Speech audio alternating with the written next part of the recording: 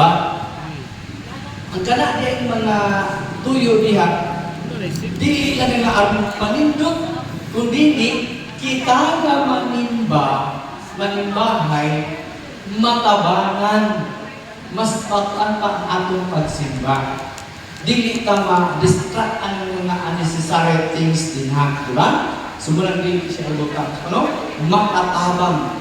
Ang simbahan na kulang sa ikinahanglan na okay. O paghatag og dugang dignidad sa kasaulugan o dapit alam kuanan. Una na arte o kanang sa alibro. Dunan halimbawa na ito, ano? Kung saan kung panindot nga makatabang nato sa pagsimba. Kitang manimbahay. No? Okay. Ang simbahan, ang simbahan, kulang sa gikinahanglan na kagamitan alang sa pagsimba, dili tapos nga ilhon nga balay alambuanan. No? Ngun pa sa kung ang simbahan nga kulang sa mga alang sa pagsimba, dili siya tapos angay nga tawgon nga balay alambuanan. So unsa man na kung dili ka balay alambuanan siya tawagan na. Okay? So, kadua, ang Diyos wala magkinahanglan sa liturhiya.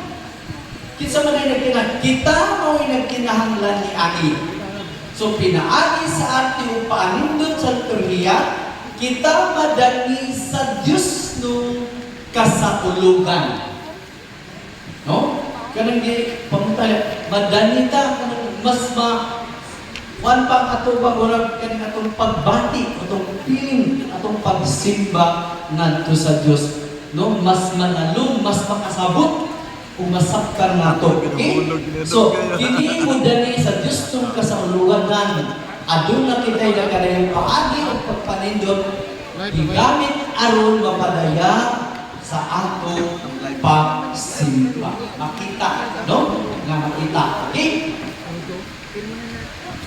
Kung maghisgot kita o panindot sa liturhiya, kinahanglan, bakit Bisaya higdano, makatakbaw kini sa akong panabot.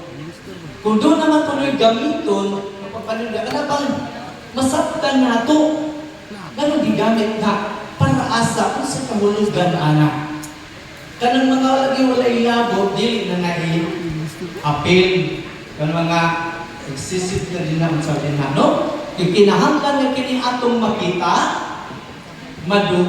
masabot ko ng palabot, kinahanglan nga kini atong makita, madungo, makilawan, masibot o mahikap. Subot yung pasabot, masagap sa atong 5 senses. Diba? No, masagap sa atong 5 senses. Ang atong makita, madungog, matilawan o masimot o mahikap adlaw-adlaw, nagpadayag sa atong pagsimba o pagkilala sa katingalahang buhat sa Diyos. Okay? Sa atong kaliwala. Okay? So, order nga importante po kayo nga kita nga nimba, kita nga naglihog din ha, doon na tayo makatunan. Kunya, ikaduha na ay katulong pastoral na prinsipyo. Kamani, pagtukod o simbahan, kinahanglan nga kini haong alang sa katilingbanong pagsimba sa katawhan. Okay? O nga kini, makatabang aron ang katawhan makaapil, ano ganina, aktibo sa kasakulugan. No? Sa kasakulugan. Makaapil ta. Siguro ito nga, pibilan, kinahanglan na ka ng DPO, tama lang, di ba? Nga, ang ngayon yun nga, magamit sa pagsaulog. Ikaw ba? Kultural mo prinsipyo. Saan na kultural prinsipyo? So, dito sa Pilipinas, ang mga simbahan dito kung ipaanindot base sa kultural mong kasinatian ng mga Pilipino. Sa atong experience ba, kasi atong naandan, no? Okay. Sa pagsaulog, nagsimba, nakatawhan. Sumatong pa, sukat ka tinadto, ang simbahan wala magmugna o iyang kaugalingong style ba, no? Okay? Sa pagpanindot o arte apan, gitahod o gidawat niini ang estilo sa paanindot o arte sa matag panahon. Matag katawhan, sumala usab sa kinahanglan diha sa pagsimba.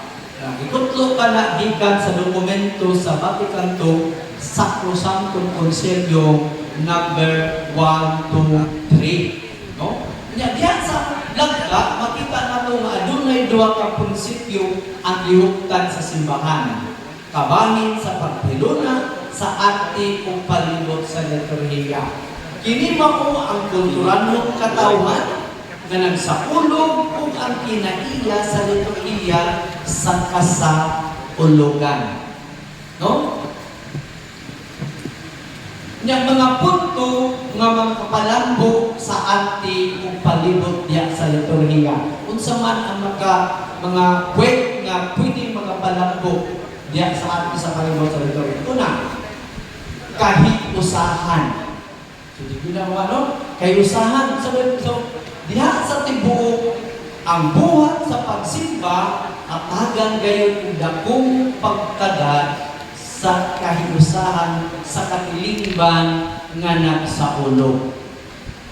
Di ba? Kay nahiusahan mo kalawas. So dapat doon na tayo kahiusahan sa maong pagsaulog. Diha labi sa santos nga misa. Doon na tayo kahiusahan sa mga usap. Okay? So, ang dapat din ang katawan ng saulog, kinahanglan nga magkadani o kini dapat nga magsaulog ang mga binunyagan. Ato patin sa rin apil diha pwede magsaulog, mga binunyagan, katawan sa Diyos, nga mao ang simbahan. Diba? Pero sa ato karong panahon na kay hindi naman ay musulod. Di ba? Na mo ni musulod ng simba. Na mo observe. Di ba? Okay? So, ang mga dapit na nagkalalayang alagad, kinahanglan makita sa mga alagad sa liturhiya ba? So, dili siya tago. Makita, visible sa tanan. Di ba? Visible siya sa tanan. Unahan, may bawalan ko na, no? Makita siya, okay? Nga bahin sa usa lamang kakatawhan nga nagkatigom. Dili kinilain og bulag sa katilingban apan makatabang sa liho o pagbuhat sa pagsimba. Okay? So, makita una, kung ang liturhiya sa kasaulugan o buhat sa katawan, importante magkakita ang mga magsaulog. Makita ay baka niya. Bakit ani mo ang body? Diba? Bakit ani mo ang mga reader? Bakit ani mo ang choir? Labi na nga, bakit ani mo ang katawhan nga sa Diyos nga nagsimba? Kinatibok ang katawhan, diba? So, muna nga, dapat makita, no? Okay?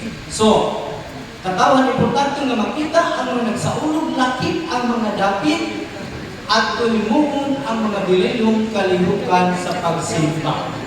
Din kinahanglan na hatagan og dakong pagtagad ang mga makita ang katilingban.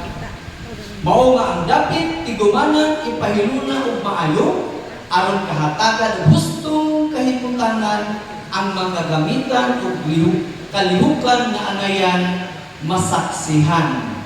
Bililhon diri ang muna diri makita kung sa may importante sa makita kinahanglan na isuga hayag, di ba?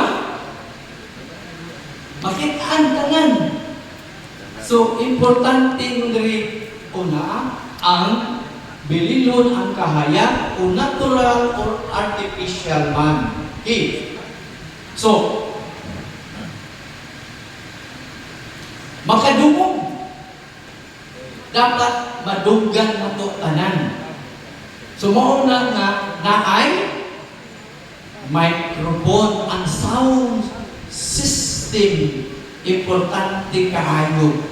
Kay kung sa panahon sa Santos ng Misa, panahon sa consecration, ni Ugong, kung sa may metabo sa nanimba, madistra.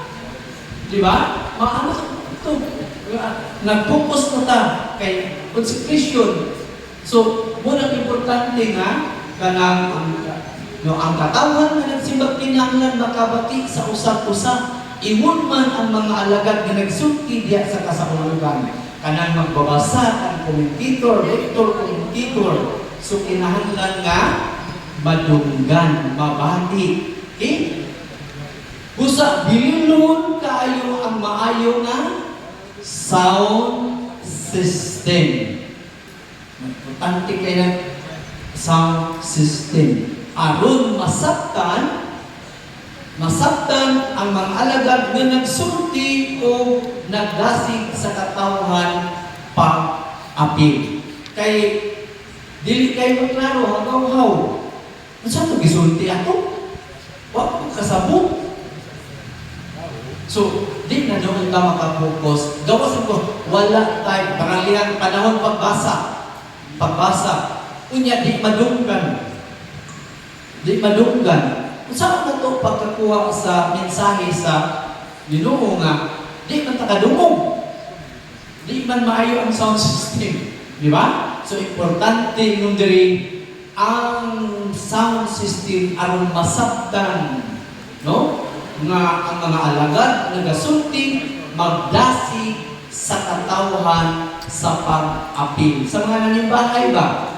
No? Kita ng mga alagad, makahatag ka udugan ka sa mga nanimbahay. Okay. Makalihok. Saan ni makalihok? Okay, ato tapos saan ni makalihok? Kita nga nagatuo diya sa atong pagsaulo na hilambigit kayo ng atong tibuok pagkatao. So sa ato pa, inisimba na to, the whole person, dili bilin. Di ba? Huna-huna lang, lawas na kinatibukan sa atong kinatibukan. So pagkatao, lawas ang kalam. Di ba? Pa, dili. No? Atong lawas, huna-huna, diwa, pagbati uban pa. Nan, tungod ini ang lingkuranan sa mga tao, kinsa makinahanglan nga luag. Mga lingkuranan, luag o makapahimutan aron sa ingon sayon sa mga tao ang paglihok o ang pag-apil sa kasalugan sama sa pagtindo, pagluhod, pagpadayag sa pag-igsunay ug sa uban pa. No? Unang na kanang dili piyot, dili pudlugag kayo, di ba? Kanang makalihok ka kay nabay ang mga gesture sa atong pagsimba. Sa gesture, una, tindo, luhod, lingkod, uban pa, no? So, kanang dili ka lisod sa manimbahay nga maapektuhan ang iyang pagsimba. Okay? So, sa ato pa ang pagkahimutan sa mga lingkuranan, kinahanglan